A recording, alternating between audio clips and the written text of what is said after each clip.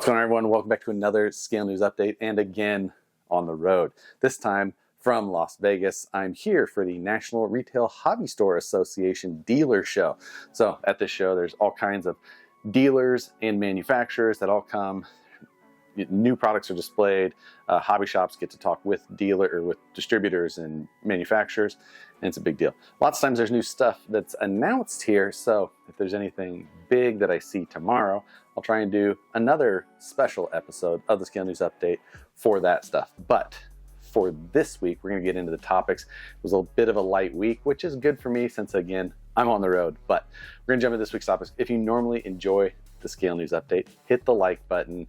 2 weeks on the road with a little less production. I apologize, but we'll get into what we had for this week. First of all, Traxxas has new bearing and hardware kits for their whole lineup. Now, that's not exactly just scale, but does apply to the scale trucks. Also, I did get a sneak peek at those here. Well packaged, everything you need to do just a refresh and tune up on a vehicle, whether it be your TRX4M or one of your basher lines. Kind of a nice thing to have. A lot of you guys are running, especially bashers, out in the water. Screws, bearings get rusty, and you just want everything to do a complete overhaul. Nice to have everything in one package. I do like seeing that. And again, it says that they're gonna have a full line of it, so expect to see that for just about everything, I assume. I'm sure we'll get full details on that very quickly. Also, they had announced that they're going to be doing the Clipless stuff on the Slash platform. They did it on the Pro Scale Slash, the Raptor R, but they're going to be rolling that out through the other Slashes as well. Just kind of a little update, but it's just nice to see that some of that, it's a small scale detail on the car that's not really meant to be scale, but they're paying attention to that, and it looks like scale is something that people like or pay attention to regardless. Although just being clipless is nice for the convenience factor that it is. There is no body clips to lose, so it's not just the style of not seeing body clips, but just not having something else to lose. The Traxxas clipless systems have been so nice and well done and solid.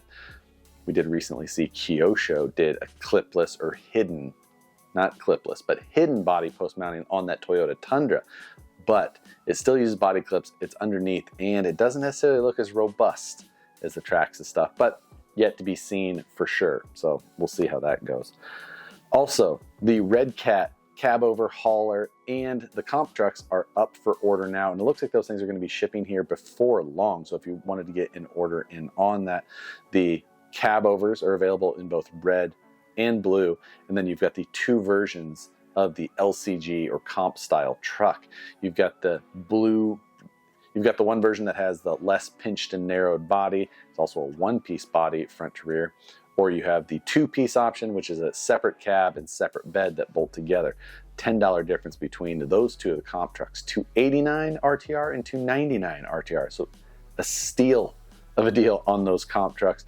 Mine arrived today, but obviously I'm not there to actually get a good look at it. So that video will come out here very soon on both the cab over and the comp truck.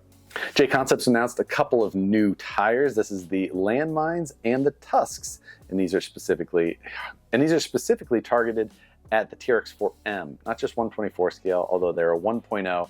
They're 53 millimeters tall, and they're pre-mounted options, and it specifically says for the TRX4M. So I always felt like those were pretty universal through the 124/118th, but obviously I'm wrong for some reason there, and I'm sure that you guys who are building those up more specifically probably know why that offset of that wheel is being said for that. But you guys are gonna have to tell me why those are specifically listed for the TRX4M though, because I just don't get it. Then Treal has got full aluminum calipers available for the Losi Promoto now, and available in, of course, all of the colors. But that front caliper on the Promoto has been like one of the areas where people have been doing some mods or tweaks to make it function a little bit better. I'd be interested to hear if a full aluminum front brake caliper is something that fixes the issue that some people are having, and it's a good mod, or if it's just another one of the make everything aluminum mods that is already being seen on the Promotos. So saw those had just become available. Figured that might be interesting to hear how people react to those once they get them on there.